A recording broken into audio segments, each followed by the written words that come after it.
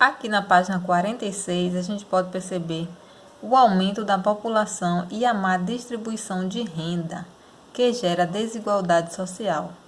Vem causando também o aumento de construções inadequadas, com materiais e terrenos inapropriados. As pessoas constroem suas moradias em encostas, às margens de rios ou em morros, com materiais e estrutura que oferecem risco. Por este motivo, as prefeituras dos municípios têm um órgão que fiscaliza essas construções, visando a segurança das pessoas. Então, o que a gente pode perceber aqui nessa imagem, que existe aqui, ó, esse terreno, será que seria adequado para construir essa casa? Olha só, lá em cima, como é que as pessoas conseguem chegar lá em cima? Então, tudo isso tem que ser bem observado antes de construir. Em muitas cidades brasileiras é possível perceber o que chamamos de contraste social. No Recife, a nossa cidade, por exemplo, em meio a grandes arranha-céus, no bairro de Boa Viagem, fica localizada uma comunidade carente conhecida como Entreapulso. No Rio de Janeiro também é muito comum ver favelas sobre os morros que compõem as paisagens da cidade. Em todo caso, as moradias estão situadas em locais com características próprias. Inclusive, é muito comum adotarmos lugares como marcos de referência e de memória. Lugares como referência porque indicam escolas, biblioteca, centros culturais, monumentos, para nos localizarmos e como memória, porque muitas vezes a gente associa o nome da rua a alguma pessoa. Como, por exemplo, Avenida Getúlio Vargas, Dom Pedro I, Avenida Dom Pedro I.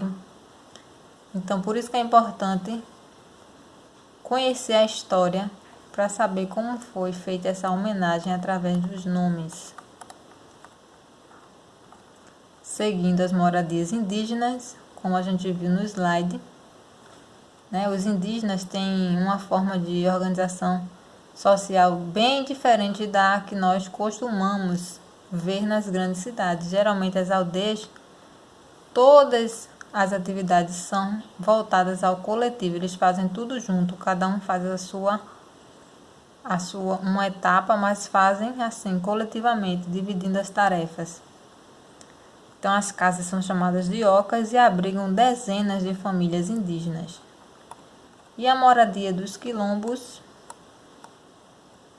como eu mostrei a vocês, são casas simples que foram construídas para abrigar os negros que fugiam das senzalas, certo?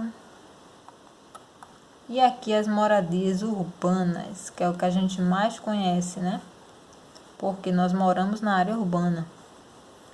Então, as moradias urbanas, elas são bem variadas. As construções antigas, tem modernas e são utilizadas o que para fazer essas casas? O concreto, o ferro, a cerâmica, né? Tijolos, telhas, azulejos e etc. E essas casas, elas são chamadas de construções de alvenaria, certo? Agora vamos fazer os exercícios. Primeira questão. Pinte a primeira moradia dos homens. Qual foi a primeira moradia dos homens? Você vai pintar. Segunda questão. Grandes escritores deixaram para a história relatos de fatos sociais.